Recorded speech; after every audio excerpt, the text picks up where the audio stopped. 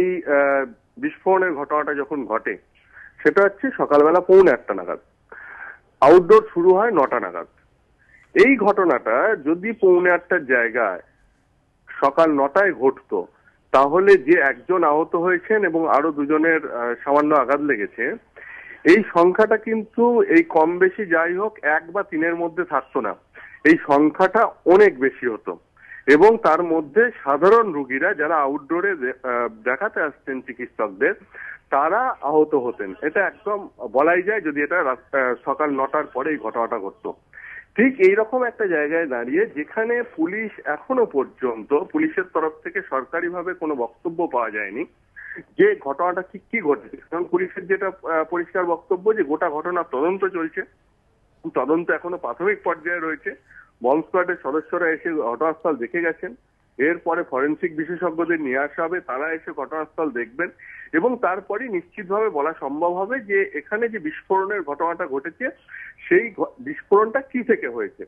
এখন বোমা ফাটুক বা কার্বাইড ফাটুক, যে হাসপাতালের যারা রোগী ছিলেন, যারা রোগীর আত্মীয়রা ছিলেন, যারা হাসপাতালে রোগী দেখাতে এসেছিলেন আউটডোরে, তারা প্রত্যেকে দাবি করছেন যেরকম আওয়াজ হয়েছে, বিকট শব্দ, যেরকম চারিদিকে ধোঁয়ায় ভরে গেছিল এবং যে পরিস্থিতি তৈরি হয়েছিল তাদের দেখে মনে হয়েছিল বোমা ফেটেছে এবং তারা এখনো পর্যন্ত দাবি করে যাচ্ছেন যে ওখানে বোমাই ফেটেছে। তার কারণ ঘটনাস্থল থেকে বেশ কয়েকটি স্প্লিন্টার পাওয়া গেছে।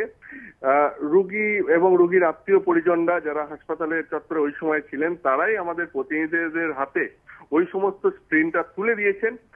এই সমস্ত স্প্লিন্টার থেকে খুব স্বাভাবিকভাবেই একটা জিনিস বোঝা যায়, আমরা জানি যে হাত বোমা তৈরি হয়, যেগুলো খুব জোরালো হাত বোমা তৈরি হয়, তার মধ্যে এই ধরনের স্প্লিন্টার ব্যবহার হয় এবং এই ধরনের এই জালকাঠি, পেরেক, লোহার টুকরো, লোহার ছাঁট, এগুলো এই খুব জোরালো হাত বোমা যেগুলো হয় তাতে এই ধরনের স্প্লিন্টারের টুকরো ব্যবহার করা হয় বারুদের সঙ্গে, যাতে অন্যরা এই আঘাতে আহত হয়।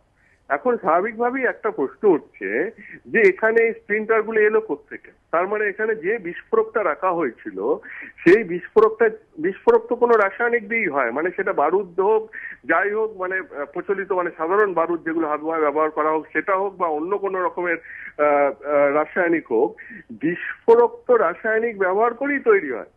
একটা জিনিস তো খুব পরিষ্কার যে এখানে একটি রাসায়নিক ব্যবহার করা হয়েছে, সেটা বিস্ফোরক হিসাবে কার্বাইড ব্যবহার করা হয়েছে না কি ব্যবহার করা হয়েছে সেটা যতক্ষণ পর্যন্ত না ফরেনসিক বিশেষজ্ঞরা তাদের রিপোর্ট দিচ্ছেন ততক্ষণ পর্যন্ত এটা কারোর পক্ষে জানা সম্ভব নয়। হাসপাতালের মধ্যে এই ধরনের একটা বিস্ফোরণের ঘটনা ঘটে কি করে? ঠিক এই জায়গা থেকেই বারবার প্রশ্ন আসছে যে হাসপাতাল কর্তৃপক্ষ আগে ভাগে মন্তব্য করতে যাচ্ছেন কেন যে বিস্ফোরণটা কিভাবে ঘটলো। কিন্তু মূল কথা তো একটাই যে বিস্ফোরণটা হয়েছে, কিভাবে বিস্ফোরণটা হয়েছে সেটা বড় কথা নয়, বিস্ফোরণটা হয়েছে এটাই বড় কথা। আর এখান থেকে এই কারণ এই যে রাসায়নিক ব্যবহার করি এই বিস্ফোরণ হোক না কেন, এই রাসায়নিকের সঙ্গে স্প্লিন্টার ছিল, তো স্প্লিন্টার এবং রাসায়নিক মিশিয়ে যে বিস্ফোরক তৈরি হয়েছে খুব স্বাভাবিকভাবেই বোঝা যাচ্ছে যে এটা একদম মানে অ্যাক্সিডেন্টালি হয়ে গেছে বা কোনো কিছুর সাথে কোনো কিছু মিশে হয়ে গেছে, কার্বাইডের সাথে জল মিশে হয়ে গেছে, এরকমটা তো নয়। কিন্তু বিস্ফোরণ তো হয়েছে, তার মানে বিস্ফোরক ছিল।